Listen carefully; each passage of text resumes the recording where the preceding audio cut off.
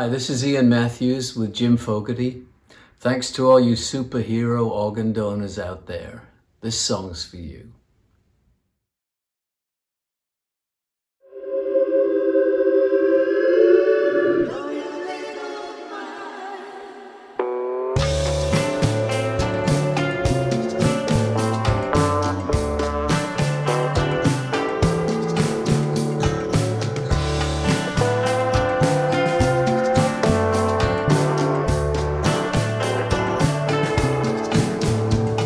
Sunshine came softly through my window today. Could have tripped out easy, but I've changed my ways. It'll take time, I know it, but in a while you're gonna be mine. Do it in style, 'cause I've made my mind up. You're going to be mine. I'll tell you right now, any trick in the book now, baby, that I can find. Everybody's hustling just to have a little sing. When I say we'll be cool, I think you know what I mean. We stood on a beach at sunset. Do you remember when? 'Cause I know a beach where, baby, it never ends. When you've made your mind up forever to be mine, I'll pick up your hand and slowly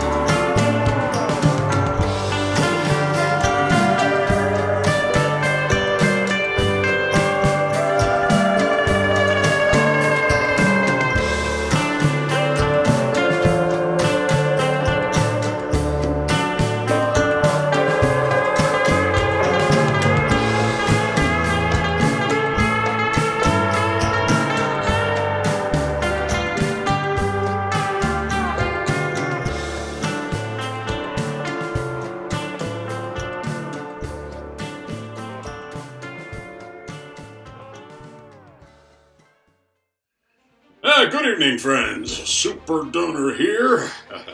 And I'm pleased to welcome you to Donate Life Connecticut's virtual Superheroes Gala. Now tonight, we'll be honoring superheroes Dr. Sukra Emre and Dr. Anne-Marie Lepakis, hearing stories of superhero organ donors and enjoying some simply super musical performances. Just like that great rendition of Sunshine Superman that we just heard from the ageless Ian Matthews. Now, before we take a giant leap into our program, I want to ask you to do just a few things. 1. Use the chat function on your Zoom screen to express your cheers and congratulations throughout our broadcast. 2. If you received a Gala gift package, it included a pair of superhero masks. Well, put yours on while you're watching and know that you're a superhero tonight as well. And 3. Sit back, relax, and have a great time honoring our life-saving organ donation superheroes. I'll be back again later, but right for now, I've got to fly. It's time to hear our first amazing organ donor story.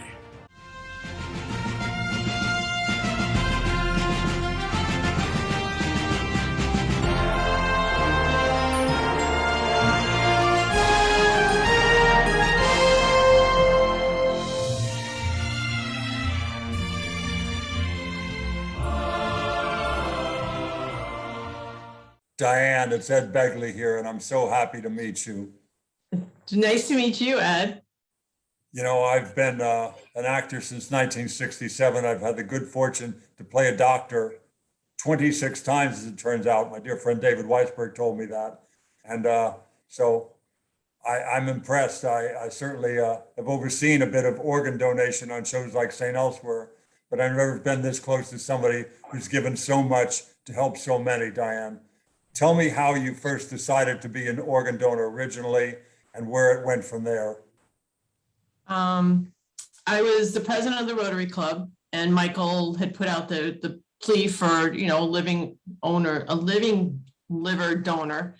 And I had years ago, I saw a show on TV and it showed how kidneys, people who can give a kidney to one person and then they can reciprocate by passing their kidney on to another person. And I just thought it was an amazing concept. And when I learned a little bit more about the program, I decided to make a call to see if it's something, because I didn't think I was healthy enough. I decided to make a call to just do the prerequisites to see if I could maybe qualify. And I did. And then I chatted with my husband and I said, you know what, I want to do this because there was something that just felt right. It was just, I don't know, I want to say it was a calling, but it was just something that I felt I needed to do. So I went through with all the testing and they had to talk to me and make sure that my brain was in the right place. And I was a match. I was almost a perfect match. And January of 2018, we had our date in the hospital and I gave him more than half of my liver and my liver grew back. And my liver grew in him, which is just totally amazing to me. I just think the process and the team of people at Yale, the doctors, they just blow my mind. They're just phenomenal. You know, Diane, I've been known as someone who recycles for many, many years, and it's wonderful to recycle bottles and cans and cardboard and paper. But look at what you're recycling, wonderful organic matter. And we're not just making compost out of table scraps. Look what you're doing. You're recycling one of your organs for somebody to live so they can survive. In the summer of 2019, I was at it was a local charity that was recognizing some students in the area, and they actually had given me an award also. And one of the students' mothers came up to me and said, I'm so glad to hear that people, they will donate their organs altruistically. My husband is in the process of being approved for a kidney donor. And I just kept thinking about it. And I called my worker from Yale, Lisa Hughes. I asked her if I can donate another organ. She says, well, yeah, but you got to wait about a year. So I did that. And then I called and started going through the testing, and then COVID happened and put everything on hold.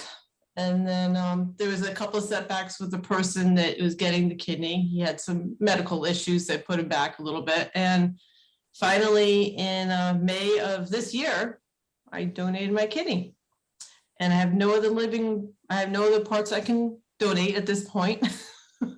While I'm still alive, but I am a donor. So when I'm gone, hopefully somebody can get more use out of my organs.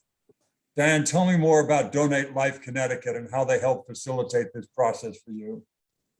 Well, I wasn't familiar with Donate Life until after I had actually donated my liver, because I was a direct referral. I didn't go through the bank.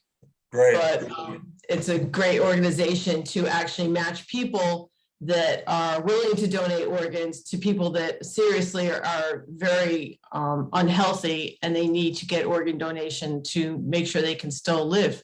The person that I gave my kidney to before we had our transplant, he was on dialysis, and that's a big deal. And then the person that had the liver that I gave it to, he was in the hospital every week or every other week because his liver wasn't functioning correctly. I don't see it as something different or something special. It's just something that I felt that I needed to do because I could. It wasn't, I don't know. We need more people that think that way. Thank you. Yeah, it would be a great world if they did. I agree.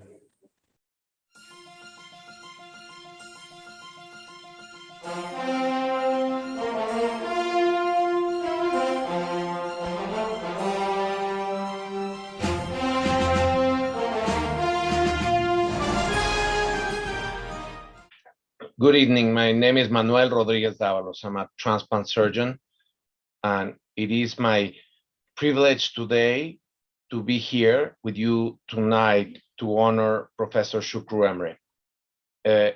Dr. Emre is one of the main reasons why I'm here. I met him 20 years ago, if you can believe it, when I was just a general surgery resident that was having the dream of becoming a liver transplant surgeon and to focus my career on live donor liver transplantation and pediatric transplantation. At the time, Dr. Emre was one of the few surgeons in the country that could do these surgeries, and my other mentor, Dr. David Mulligan from Mayo Clinic, sent me to Mount Sinai in New York to train under Dr. Emre's mentorship. My first impression of Dr. Emre, like many of those that are you here, was unforgettable. I was at the American Transplant Congress, and I've heard him discuss his experience on live donor liver transplantation in children, and the way he explained things in a way so easy and something tan complicated, but with such a firm confidence that any patient would like to hear, that it just guided me for the rest of my career. After this meeting and spending some time with him in 2001 and living those very hard days of September 11, we had an immediate bond, and in 2003 I returned and trained under his mentorship in liver transplantation, living donor liver transplantation, pediatric liver transplantation. And those 2 years were some of the busiest years of the pediatric transplant program in New York, and I was able to witness and learn things that only Dr. Emre can do. And one of the biggest attributes of Dr. Emre is that he's a fantastic mentor. The way he teaches you, and I've had these discussions with many surgeons around the world that have had the privilege of training with him, is that he will teach you things the way he always does them. And for years, every time we do a case, we feel that Dr. Emre's voice is behind you, guiding you on how to do things. But I think the most important thing about Dr. Emre is his passion for patients. Many of his patients are here tonight, and many other patients honor him all the time, because he is that surgeon that will take your hand and will take the hand of the parents of the babies and say, it's going to be okay, I'm going to do the best I can. And one thing that transplant teaches us through years is that we have to be humble on what we do, but we have to be confident that, and we have to give that security to the patients to know that everything's going to be okay. And one of the teachings of Dr. Emery is that always treat your patients like if they were your family members. This goes a long way back in the way Dr. Emery does, but he always reminded us this could be your child, or this could be your father, or this could be your mother. And that passion he reflects in every patient he sees. So Dr. Emery, it's been really a pleasure to work with you all these years. I know we're not together. I miss you every time I do a case, but I also can tell you that you're with me in every case, and that as many of you know, we speak almost every week, and we talk as much about surgery as we talk about golf, but I look forward to seeing you in person soon. Congratulations on this amazing award. You are a superhero. Good evening, everyone. My name is Şükrü Emre, and I am one of the honorees today. And I am really grateful to Donate Life Organizing Committee, and specifically Mr. David Weissberg, for his tireless work to put this program together. Organ donation is extremely important to save lives and make people better. And indeed, after transplant, we do not call our patients as patients because they are transplant recipients. They are totally healthy. They can do everything, competing in Olympics and assuming job as a policeman or firefighters and every aspects of the life.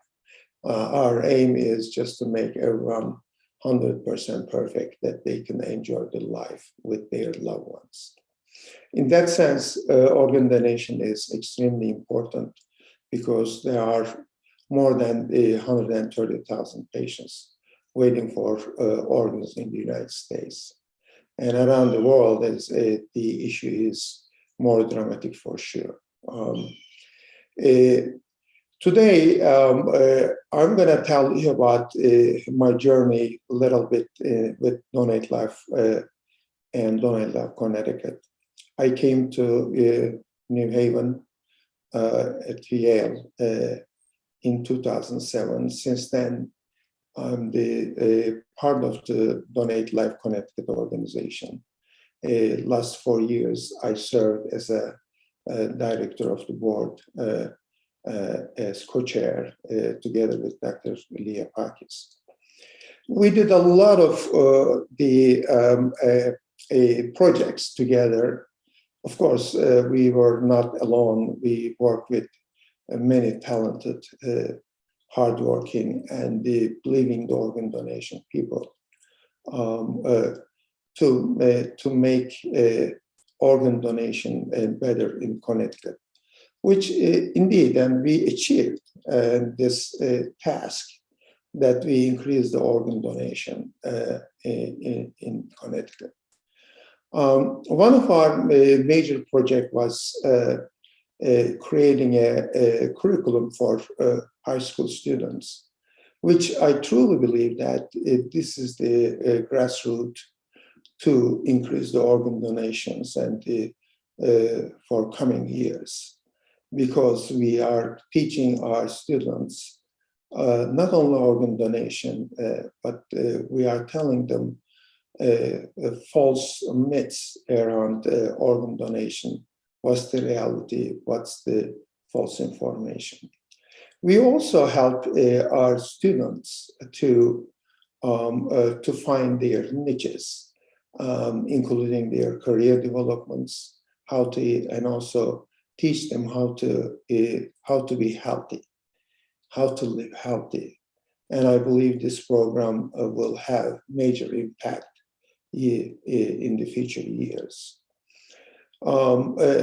Donation is very important issue in order to save lives. As I said again, In that sense, today, I would like to thank everyone and working in this organization and everyone attending this event, helping, donating for these good causes.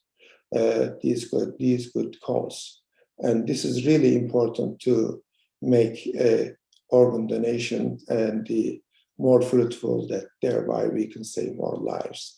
Again, thank you very much, and I appreciate your being here today, and let's enjoy the program.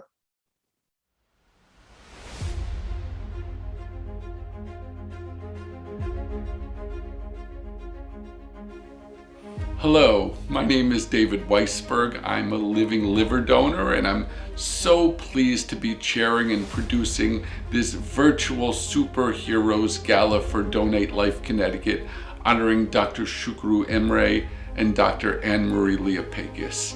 When I first learned about 4 years ago that it was possible to give part of your liver to somebody else and your liver would grow back to a full-size liver and the piece that you gave them would grow into a full-size liver, to me it was a very simple equation. I had well more of something that I needed to live, and somebody else could only live with something that I had. To me it was a very easy decision, and something I couldn't have decided on more quickly. On my first day of appointments at Yale New Haven Hospital to start my process, I met Dr. Emre and Dr. Leopakis, and in the midst of them telling me about the surgery and asking me about my medical history, they asked me what I did for a living, and I told them that I was a nonprofit executive, and they very quickly told me that they were co-chairs of this organization called Donate Life Connecticut, and maybe someday I could help them, and I'm so pleased that this event has brought this full circle. I was lucky enough that I was able to become a living liver donor in July of 2019, and it was just a few months later that I was approached to join the board of Donate Life Connecticut, and to me this was another one of those very simple choices. Simple because of two reasons. Number one, because I know people who are only alive because they were able to receive an organ transplant, and simple because I know people who very sadly passed away waiting on the list for an organ donation that simply didn't come soon enough. And so for me, the opportunity to be part of an organization that serves as the volunteer-based coalition that works together with a common voice to best reach the goal of increasing the donor registry in Connecticut to inevitably impact the number of transplants that give new life and hope to people suffering from fatal illness or life-threatening injury. That to me was a very easy choice. And that's what we do at Donate Life Connecticut, with more than 1,000 people in Connecticut waiting on that list for a desperately needed organ. We see it as our job, our responsibility, our mission to increase the number of people who decide to become living donors and to declare themselves to become deceased donors. How do we do that? We do that in all kinds of ways. We provide education through driving school curriculum and video. We've developed an educational curriculum to provide to high school health and science classes. We provide speakers for conferences and congregations and meetings and events and fairs.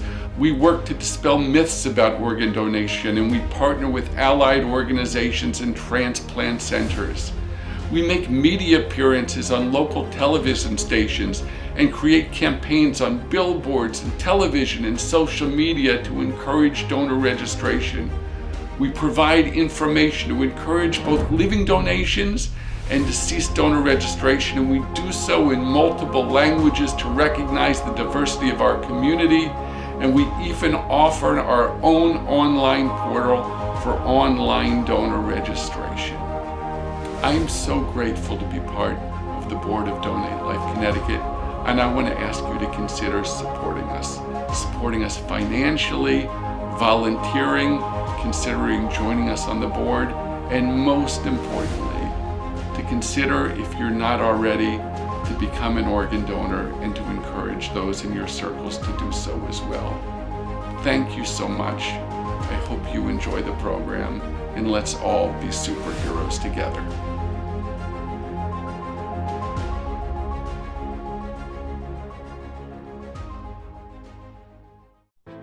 Hi, my name is Daniel Drew. I'm one of the co-chairs of Donate Life Connecticut and a living kidney donor.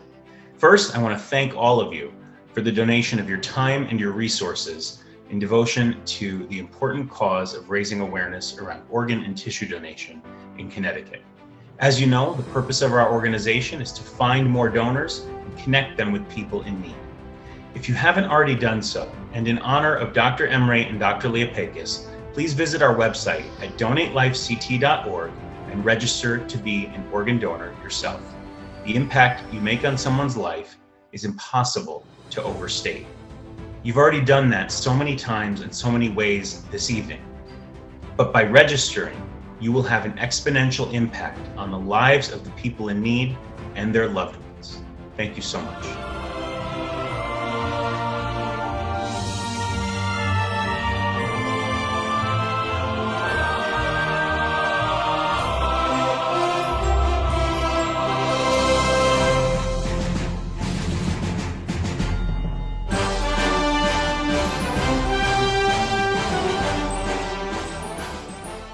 Hi, I'm Michael Ian Black, and I'm so happy to be here to support Donate Life Connecticut. And I'm going to be speaking with a superhero donor here. Her name is Ashante. And Ashante, hello. Hi, thanks for having me. Oh, it's such a pleasure to meet you. And your story is pretty interesting. Can you tell us about how you became involved with organ donation? Well, I'm not new to this. I'm true to this. And I say that because my aunt has gone through the process for kidney donation before when I was just a kid. And I remember her being sick and not being able to play with us and being, having to be connected to the dialysis all the time. So when I heard that she wasn't doing so well this time around and that her kidney, it lasted 16 years, but it was failing her again. I just felt compelled to help. Like, what can I do to help you? Almost 8 months later, and she has a new kidney and she's alive and kicking. So what's the process like for finding out if you are a match? Oh, it's a lot of blood work, and it's a lot of paperwork and x-rays, a lot of doctor's visits. And if you're not a fan of needles and blood drawn, you're not going to like it. But it's a pretty strenuous process to go through everything. It took me probably a couple of months just to do all my paperwork, have x-rays, do kidney functions. So I had to go through that process. And after they all came together and said, she is a good candidate. She's healthy. Her blood work is perfect. Her organs are functioning. They just had to basically okay me. You had two kidneys. One of them was at 51%. One of them was at 49%, right? Yeah. Mm-hmm. And your aunt got the 49% one? My aunt didn't get the 49% one. They were unable to give her my kidney directly due to the right kidney being the 49%. The veins and arteries were too short, and they didn't want to do any synthetic matching to elongate that because she has 3 kidneys inside already from the past surgery. Where they had to place it, it wasn't a good situation. So they would have had to do synthetic arteries and things. They didn't want to risk that. So I actually donated mine through the kidney registry, through the Bridge program, where I donated to someone, a complete stranger who I was matched with, and somebody was generous enough to donate to my aunt. Oh, wild. So you started your journey by wanting to donate to a family member, which I think people can certainly understand. And then you found out that that isn't the perfect match. And they asked you if you'd be willing to donate to a stranger. And you said, yes, which Yeah, may be sign me up. more surprising. Yeah, I was really willing to do anything at that point because so if it means that I need to give my kidney to you so you can give your shoe to a homeless guy so the homeless guy can give something to her, I'm gonna do it because she deserves everybody I think deserves a chance at a full life, and it's selfish of me not to. I love my aunt and I don't know who has my kidney, but I love them just the same and I hope they're thriving. How was the recovery? Was it harder or easier than you expected? I saw a flash of something in your eyes that made me think maybe it wasn't that easy. Recovery was super hard. It was very emotional not being able to pick up your kids or to walk down the stairs and make dinner or wash yourself. It's really humbling, the recovery process. How's your aunt feeling? Oh, she's amazing. She went into surgery actually a week before me. So I was able to visit her when she got out. And then when I went in, she was able to visit me. Well, Ashante, thank you for your honesty and thank you for your gift. It's such a remarkable thing that you did. And I know the people watching tonight are really interested in your story. So thank you. I felt compelled. I wouldn't have done it if I didn't feel compelled. Yeah. So I hope I made a change in their life, and I hope that they're doing something with themselves, and I hope that they appreciate it. Oh, I'm sure they do.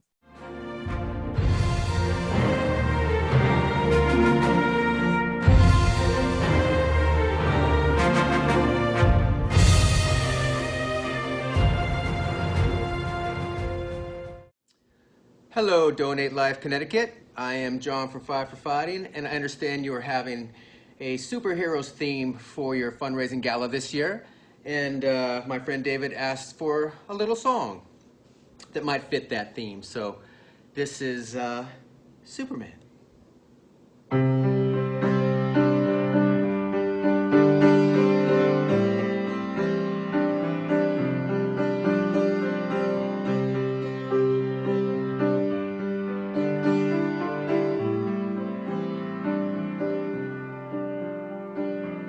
I can't stand to fly.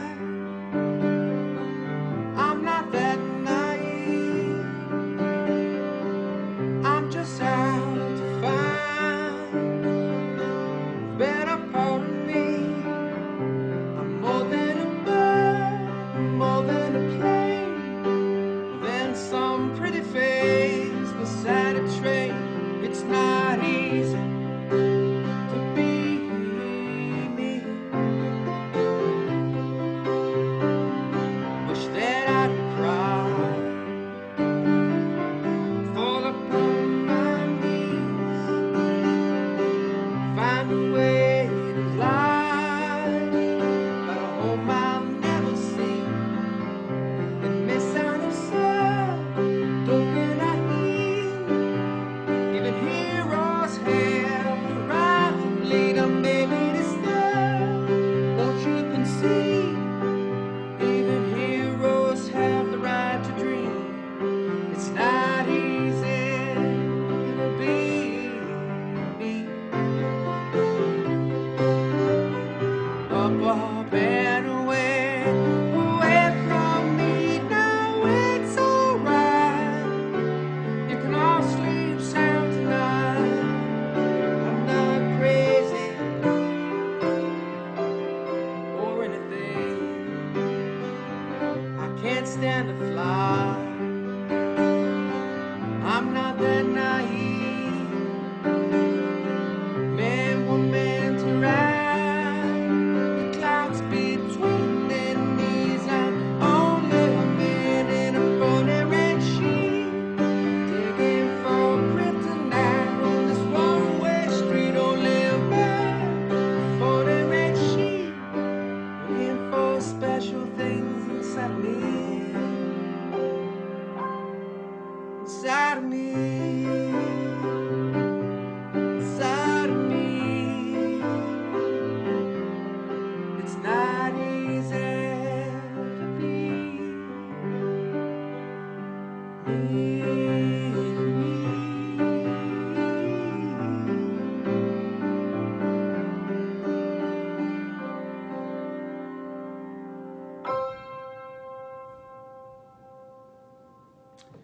Thanks everybody for donating. God bless.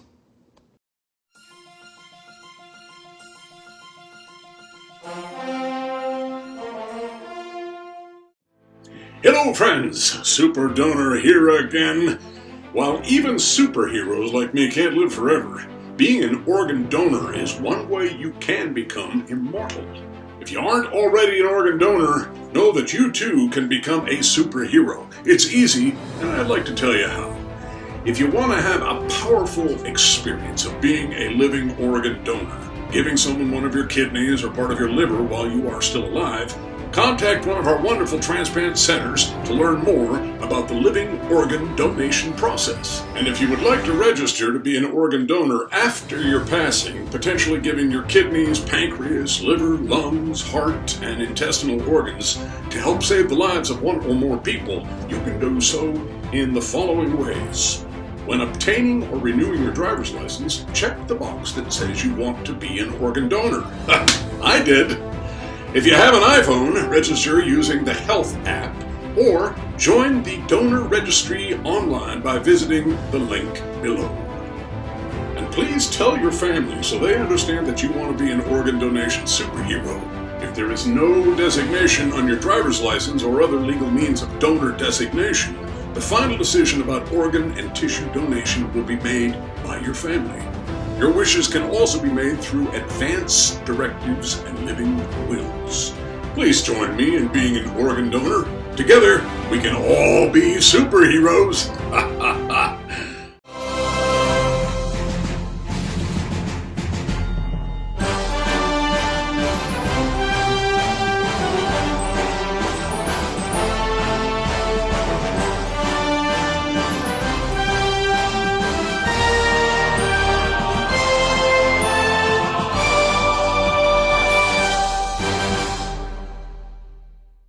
Hi, everybody. I'm Soledad O'Brien, and this conversation is part of a bigger conversation for Donate Life Connecticut. My guest is Dawn Filippa, who has a remarkable story. I know a little bit about it, but we're going to find out a lot more. So, Dawn, thank you for talking with me. I want to talk about your son, who was quite young when he was killed in an accident. And as a mom, I know these conversations must be brutally difficult, but I appreciate that you're talking with us, because I think a lot of parents need to hear this and really need to understand some of the processes and thoughts that went into your decision to donate your son's organs. So let's begin with Nico. Tell me a little bit about him. He was a sixth grader, right? He was a sixth grader. He was 11 years old. He was so bubbly, so happy, always made us laugh, always had a joke or was doing something silly. And he passed away in September of 2013. And that was the school year, the beginning of the school year. And we're standing on the street corner waiting for the bus to come, and first day of school. And he says, "Mom, I'm going to make a difference in someone's life today. You know, I'm going to help somebody who doesn't know their way around the school." And I was like, you make me so proud. You're such a great boy. So he was just the love of our lives. Nico was killed by a motorcyclist. Yes, Nico was killed by a drunk motorcyclist.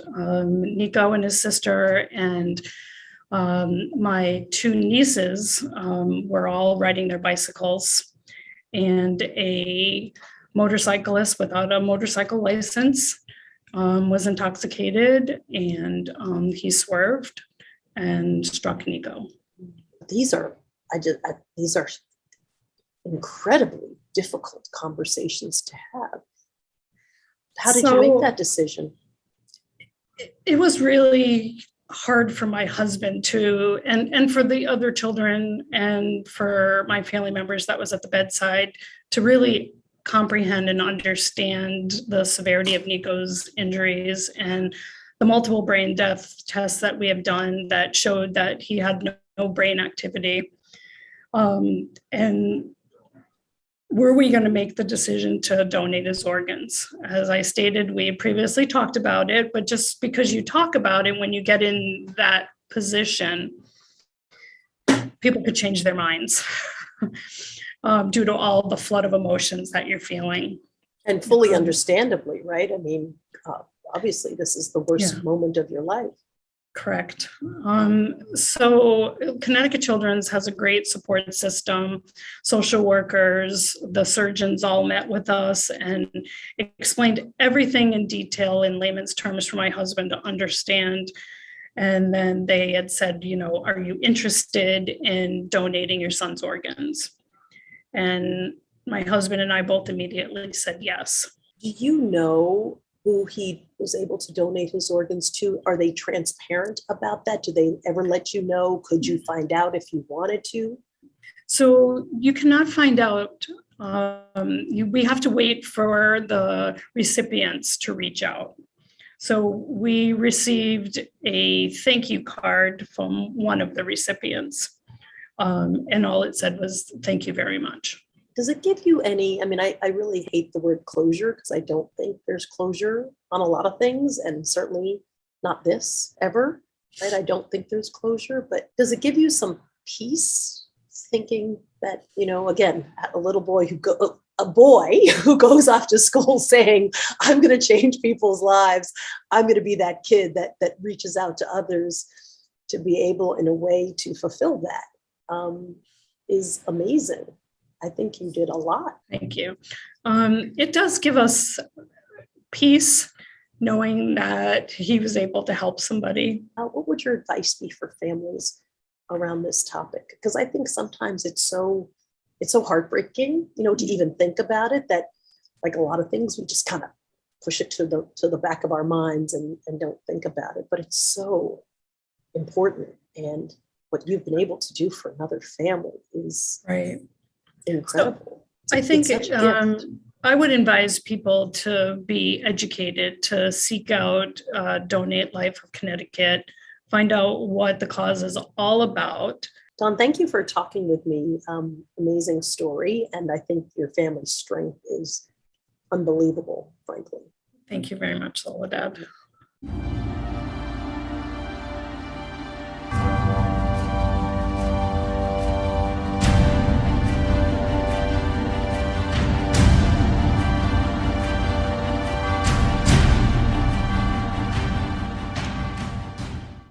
Hi, my name is Jen Williams, and it is my singular honor to be able to introduce Dr. Anne-Marie Leopakis as one of this year's Gala honorees.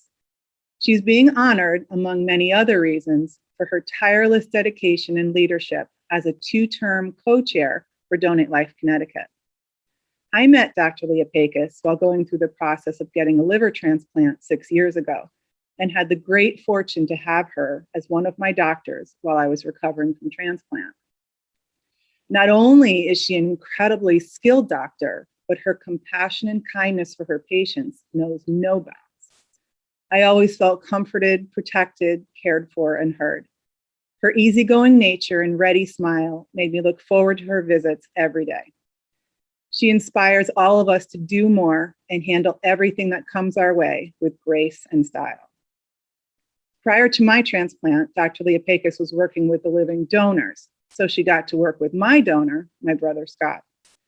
I can remember her laughing as she would tell me about how the nurses and doctors thought that he was the most unique person that they had had on the transplant floor for a long time. In fact, he took her suggestion to exercise by walking to heart, so Dr. Leopakis could add missing persons finder to her resume when she found him in his hospital gown walking around the atrium. With Donate Life Connecticut, I have gotten to know her as a board member and friend. She is a gentle, compassionate, hardworking administrator who leads by example. I'm so very pleased that we are honoring Dr. Leopakis tonight. She is a wonder. I honestly don't know how she fits everything into one day. She is a wife and the mother of 2 beautiful children. In 2018, she was promoted to Associate Professor of Medicine and Surgery at Yale, where she is currently the medical director of the Living Donor Liver Transplantation Program. She's had 45 published articles and book chapters and is involved in active clinical studies. She is one of the most sought after physicians to give lectures in transplantation, organ allocation, and living donor liver transplantation regionally, nationally, and internationally. She has served as reviewer for prominent transplant journals and has received many honors, including American Liver Foundation's Rising Professional Award, Donate Life Connecticut Award, and the Edward Weinstein Award for Outstanding Scholarship and Human Commitment. She's a rising star in the American Society of Transplantation and currently serves as co-chair of the Living Donor Community of Practice with the AST Council. She served as co-chair of the board of Donate Life Connecticut for 2 terms. Under Dr. Leopakis's and Dr. Emery's leadership, Donate Life Connecticut achieved many important tasks, including creating a school curriculum for high school and middle school students. She also recently led a consensus conference to identify and overcome the hurdles to safely expanding living donor liver transplantation in the US. Dr. Leopakis is not a person who looks for acknowledgement, but who should be acknowledged. She is dedicated to saving lives, raising awareness, and making a difference each and every day. I am honored to be introducing her and even more honored to call her friend. Her title of superhero is definitely earned. Thank you. Thank you. When I first saw the announcement for this wonderful virtual gala and the superhero cartoon, I thought, oh geez, wow. Well, okay, this is fun. It's pretty cool to fantasize about being a superhero, and I felt flattered, grateful, and undeserving. I thought, what is my superpower? And I concluded if I do have one or some, they must be the inspiration, motivation, strength, and support drawn from those who surround me. And perhaps my gadget is super glue. Sort of looks like that coming from my hand on the poster. To bring those people together, like Dr. Emery and I had the opportunity to do, serving as co-chairs of the board of directors of Donate Life Connecticut. If I am a superhero, it's only by association with patients and their family caregivers who are valiantly battling our villain end organ disease. Association with deceased donors who have passed, yet through the miracle of transplantation, give life, and the donor families who, when faced with loss and grief, are able to transcend that to bring hope and renewal to others. With living donors who literally give of themselves, undergo surgery and recovery to donate an organ, and really give of themselves on so many levels. With talented multidisciplinary colleagues, I mean, come on, how cool is it to be able to sew a solid organ, a liver, a kidney, a heart, etc., into a fellow human and extend life? With dedicated and passionate Donate Life Connecticut staff and board of directors, and my family, Mike, Peter, Jordan, Mom, Dad, Michelle, whose sacrifice and support allows me to pursue my dreams and to contribute to this work. Thank you for dealing with my crazy and dealing with the worst of me when I've burnt through the best of me at work. And of course, the liver, with the superpower of segmental anatomy and regeneration such that it can be divided and regrow to full size in a living liver donor and recipient in about 6 to 8 weeks. Amazing. Truth be told, part of what drew me to the field of transplantation is that I feel a bit overwhelmed on my own. But in a team, I feel like I can accomplish anything. I wanted to be something bigger than myself. Transplantation is that. It's awe-inspiring, it's scientific miracle, it's altruism at the core. It's a window into the vulnerability, strength, and kindness of humanity all at once. And I salute and honor the amazing team that I have the privilege to be a part of at Yale New Haven Transplantation Center. And I am so grateful that this venue provides an occasion to showcase our true superheroes, share stories of donation and transplantation, to raise awareness regarding end organ disease and those in need, to provide hope, and to present to you all, our audience, an opportunity to understand the mission of Donate Life Connecticut, which is dedicated to the purpose of public education and awareness for all Connecticut residents concerning the life-saving benefits of organ and tissue donation and increasing the number of registered donors. Thank you for your support of Donate Life Connecticut tonight. Please learn more through the webpage and reach out to get involved in project work. Congratulations, David, Dan, Jen, Allison, Melanie, Barb, Donate Life Board of Directors on this creative, unique, all-around awesome event. Thank you to the Gala Committee and entertainers tonight. I would like to take a moment to personally honor and thank my prior co-chair, colleague, mentor, friend, and honoree tonight, Dr. Shukru Emre. The COVID pandemic tempered our ability to celebrate you as you deserve at your retirement. Well, I'll call it semi-retirement, as I know you continue working, contributing to advance the field of liver transplantation. Dr. Emre just spent the last 3 months in Turkey at a transplantation center, helping the team there establish a center of excellence. Dr. Emre is a pioneer and leader in liver transplantation. He is a true visionary. He is a superhero. Dr. Rodriguez Davalos beautifully outlined his professional accomplishments, and I know Dr. Emre remains connected with many of the patients whose lives he has touched. I would like to thank you, Dr. Emre, for holding me to a high standard, keeping me accountable, teaching me to dream big, and supporting me. I'm particularly proud of what we have accomplished together in patient care on the board of Donate Life Connecticut and the recent American Society of Transplantation Living Donor Liver Transplantation Consensus Conference.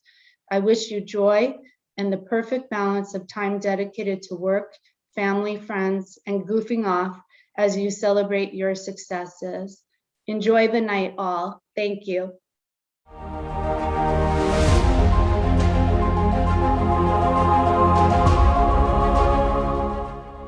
Hi, it's me, Daniel Drew again. I hope you're enjoying the broadcast this evening, and it occurred to me that while many of you may have registered on our website, as we talked about earlier, that you can have an even greater impact by reaching out to your friends, by reaching out to your family, by reaching out to your neighbors, and asking them to go onto our website, donatelifect.org, and register as organ donors. As I mentioned before, and I'll say it again, the impact that you and they can have here is exponential. Thank you so much.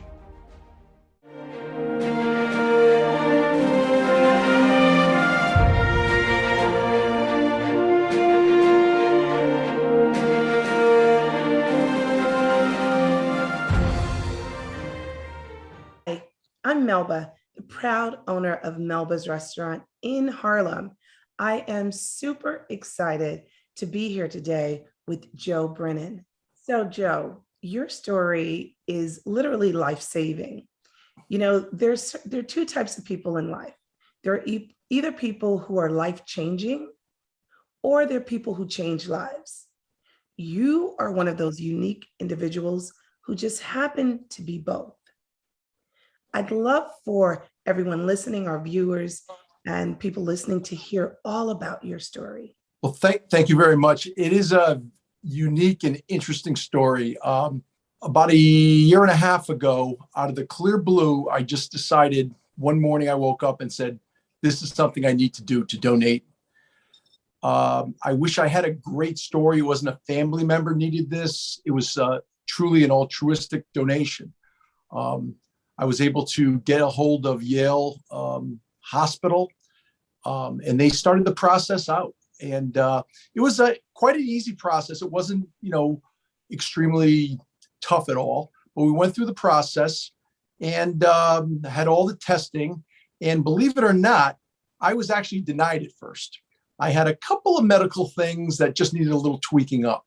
And I got myself in much better shape. I actually left there on July 27th of last year. And I actually lost 40 pounds. I feel wonderful. I started the process back up again.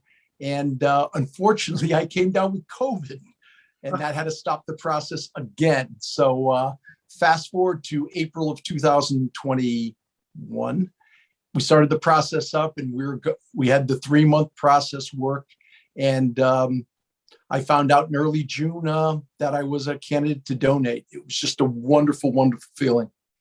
So, Joe, why was it so important for you to donate your organs? What was it that sparked you to say, this is something that I need to do?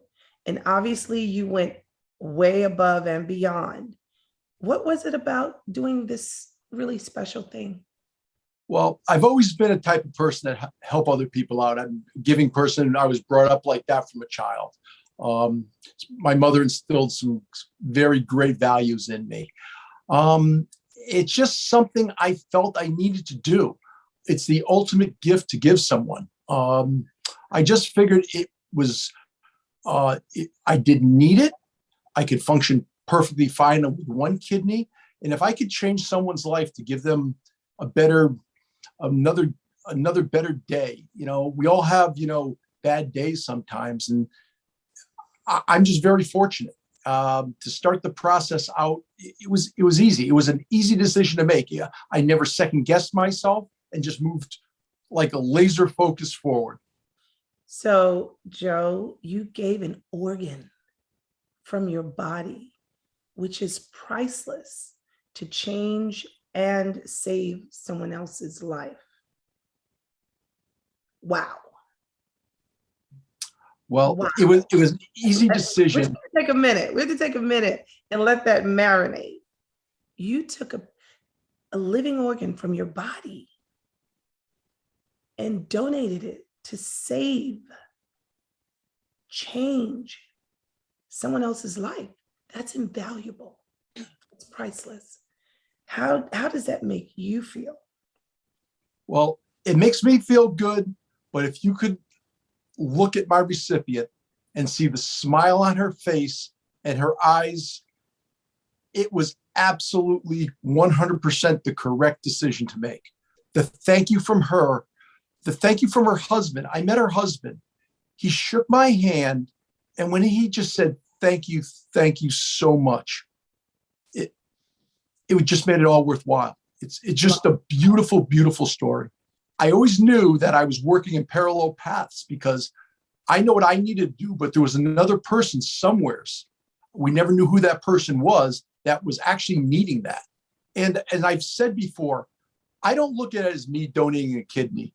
I donated hope. I gave someone hope for another day, another tomorrow. That's what it's all about in life.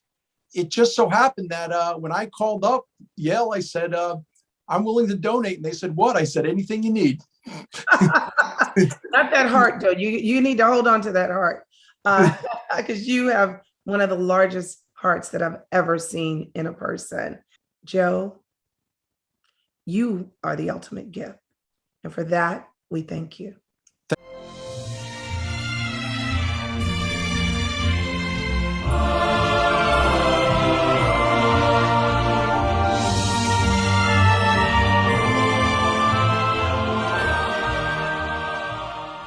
Hey friends, it's Super Donor here one last time.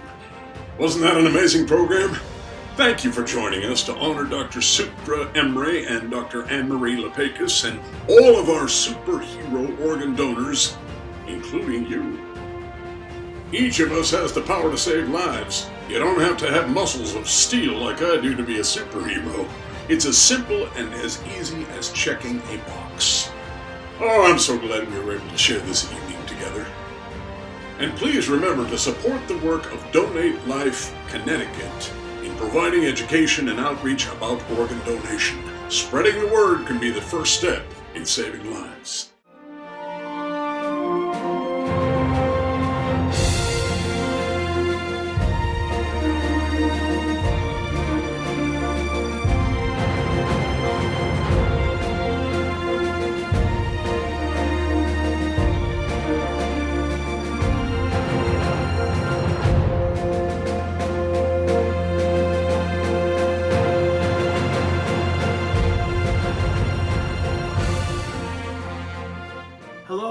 Life, Connecticut. My name is Tony Perry, and I have a big thank you from the bottom of my heart to all of you amazing organ donors out there. You truly are superheroes.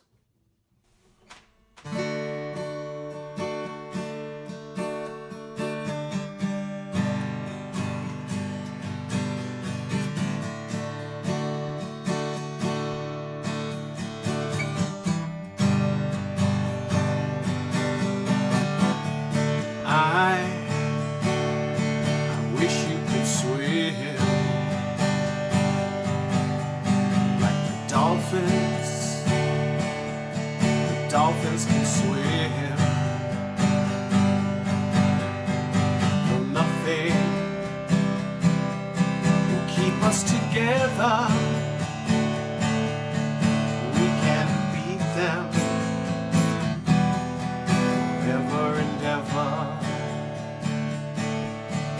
We can be heroes just for one day.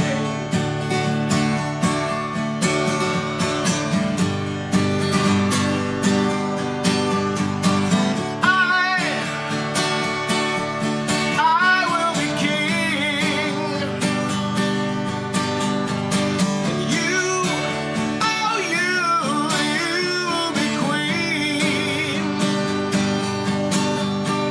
But nothing will drive them away. We can be heroes just for one day. We can be honest just for one day.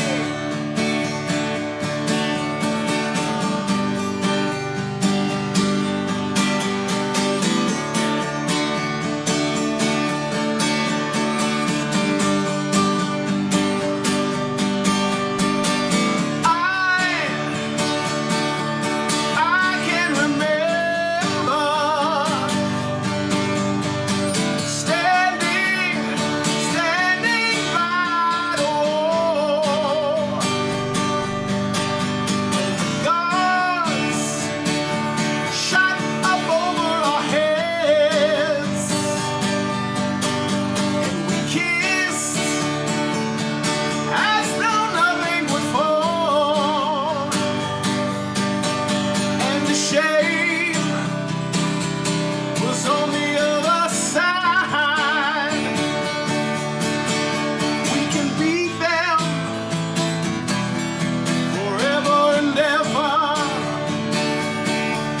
And we can be heroes just for one day.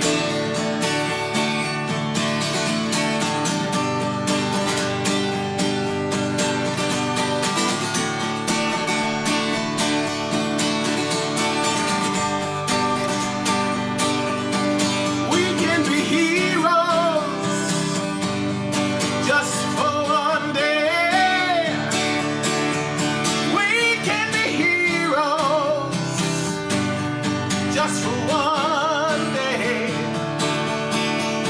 We can be heroes just for one day. Oh, we can be heroes just for